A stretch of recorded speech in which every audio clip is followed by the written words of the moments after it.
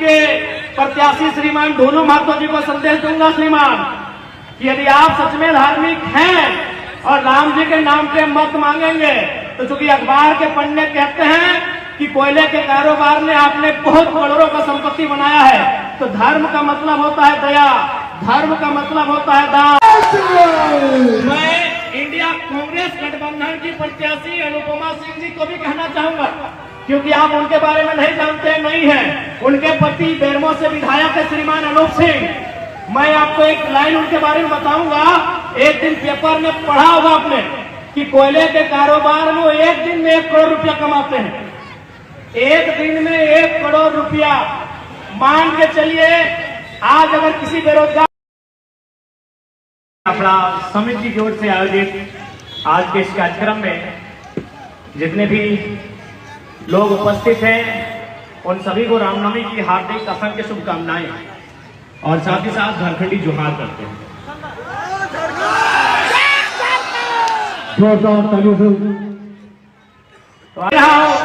यहाँ जो आपके 2 प्रत्याशी हैं, माननीय भारतीय जनता पार्टी के प्रत्याशी श्रीमान ढोलू महतो जी, बंगमारा के इतिहास को देखिएगा। मैं सबसे पहले मैं भारतीय जनता पार्टी के प्रत्याशी श्रीमान ढोलू महतो जी को संदेश दूंगा श्रीमान कि यदि आप सच में धार्मिक हैं और राम जी के नाम पे मत मांगेंगे तो चूंकि अखबार के पन्ने कहते हैं कि कोयले के कारोबार में आपने बहुत करोड़ों का संपत्ति बनाया है, तो धर्म का मतलब होता है दया, धर्म का मतलब होता है दान। आपसे आग्रह होगा आप कम से कम 75% अपनी संपत्ति को गरीबों को दान कर दीजिए, आपको धार्मिक मानेंगे। अखाड़ा प्रदर्शनी का कार्यक्रम है और तो ज्यादा समय नहीं लेंगे।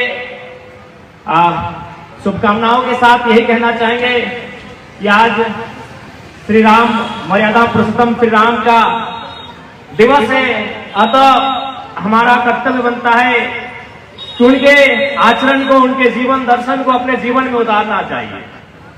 आज इस देश की बात करें तो बहुत सारे लोग भगवान राम के नाम पर राजनीति करते हैं, लेकिन शायद खुद उनके रास्तों पर नहीं चलते हैं, ना ही उनके मार्ग को प्रशस्त करते हैं। आज चूंकि लोकसभा का चुनाव भी है और लोग कहीं ना कहीं राम जी के नाम पर वोट में उनके नाम का, उनके चरित्र का जरा सा भी लक्षण नहीं दिखता है। उदाहरण के लिए जहां तक राम जी के बारे में आप सभी जानते हैं, हम भी जानते हैं और इतिहास भी बताता है कि उन्होंने माता सबरी के जूठे पैर खाए थे।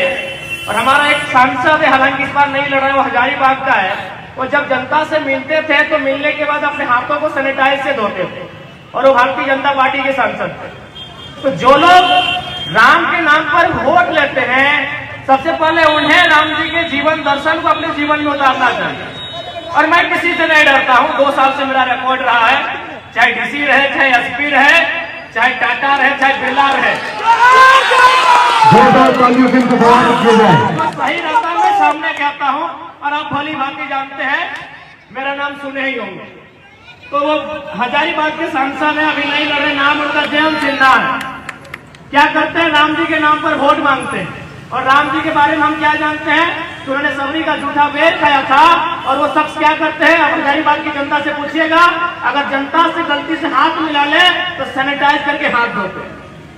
इसलिए आज इस देश की जनता को भी चिंतन करना होगा, इस देश की जनता को भी समझना होगा कि वास्तव में राम का जीवन कैसा होना चाहिए, राम को जो आदर्श मानते हैं वो कैसा होना चाहिए। आज बहुत सारे ऐसे सांसद प्रत्याशी होंगे आपके भी जिनके नाम पर करोड़ों हजारों करोड़ों की संपत्ति है और आज वो लोग भगवान के नाम पर वोट मांगते हैं। तो मैं उन लोगों को विशेषकर, चूंकि धनबाद हमेशा यहाँ धर्म को लेकर मतदान होता है, तो मैं उनसे कहूंगा, खासकर मतदाताओं से, जो लोग भगवान जी के आड़ पे वोट मांगते हैं, उनसे कहिएगा कि आप देश के महान संत स्वामी विवेकानंद से ऊपर नहीं है। देश के महान संत स्वामी विवेकानंद ने एक लाइन कहा था, धार्मिक कार्यक्रम में अब तो आज नारा ना लगाएं, अभी पूरा लोकसभा का चुनाव बाकी है, अवसर हम लोग देंगे। महान संत स्वामी विवेकानंद ने कथन कहा था कि यदि आप भगवान जी को 56 प्रकार का भोग चढ़ाते हैं और उसी समय यदि पड़ोस का बच्चा भूख से रो रहा है तो आप पुण्य नहीं पाप के हकदार हैं। तो इन सांसदों से पूछिएगा,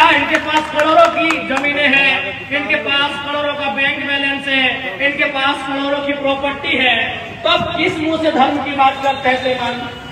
ये कौन सा धर्म है कि आज इसी देश का, इसी राज्य का लाखों युवा पढ़ लिख कर बेरोजगार है, इसी देश का लाखों युवा आज हताशा में जीवन यापन कर रहा है, और आप करोड़ों की प्रॉपर्टी बना के, आप करोड़ों का जमीन खरीद के, आप करोड़ों रुपए का बैंक बैलेंस बना के आप कहते हैं कि हमें राम जी के नाम पर वोट दे, तो जनता को एक बार उससे सवाल करना चाहिए, ये राम का आदर्श नहीं है, ये राम का चरित्र नहीं है, ये राम का जीवन नहीं है।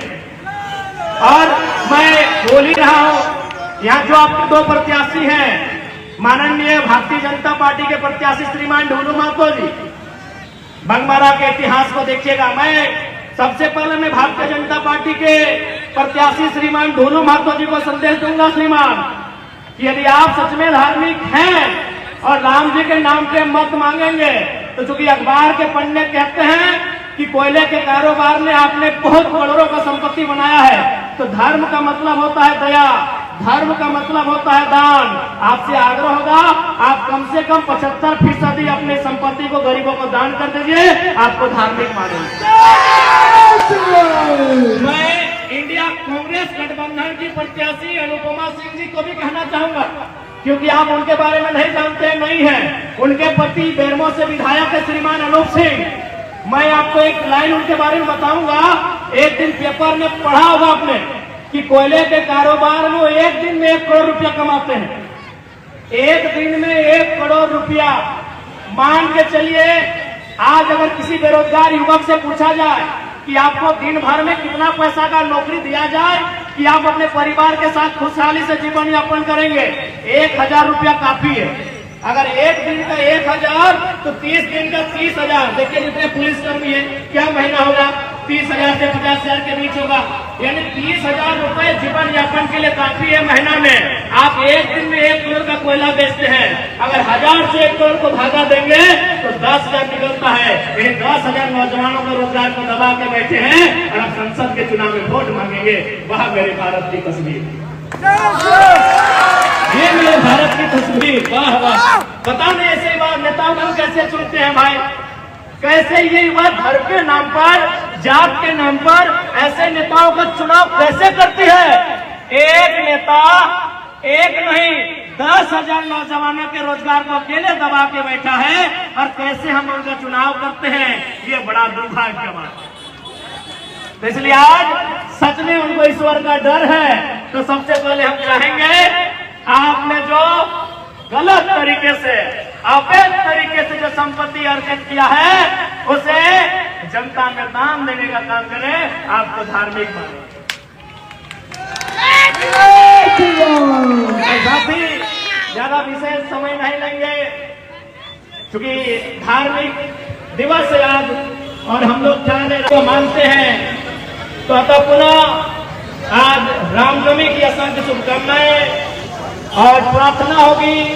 हम प्रार्थना करेंगे कि तमाम जो लोग हैं उनका जीवन सुखियों से परिपूर्ण हो, हम इसकी कामना करते हैं, प्रार्थना करते हैं। और साथ ही साथ क्योंकि यहाँ के नौजवान है, युवा पीढ़ी है, युवा पीढ़ी को एक संदेश देंगे कि अब युवा केवल नायक ना बने, युवा विधायक बने, युवा सांसद बने, और इसकी तैयारी आपको करनी है। और यकीन मानिए, जिस दिन युवा राजनीति में इंटरेस्ट लेंगे, राज्य के भूगोल को, राजनीतिक भूगोल और इतिहास को बदल देंगे। आप देख लीजिए झारखंड में एक युवा टाइगर जयराम महतो, देख लीजिए दिल्ली का ओपिनियन पोल, नेशनल न्यूज का ओपिनियन पोल जाके देख लीजिए कि भाई गिरिडीह से कोई इंडिपेंडेंट जीतेगा। यानी তোমরা চাই তো দেখতে যাই আজকে ওপিনিয়ন পোল আসছে, ওই ওপিনিয়ন পোলে দাওয়া আছে কি এবার কোনো বিজেপি আর কংগ্রেস জেনার নাই, গিরিডিহের লোকসভায় পরাশনাথের ছেলেটা বিজয় হবে। তোমরা ওপিনিয়ন আমি কিছু নাই, আমি একটা ছেলে, আমি একটা ছেনা, 2 বছর পরে পূর্ব আমাদের কিছু ভাষার নাই, আমি একটা পিকের ওই কলেজের ছেলে, কিন্তু আজকে আমরা এই রাজ্যের রাজনীতি চর্চার বিষয় বটে।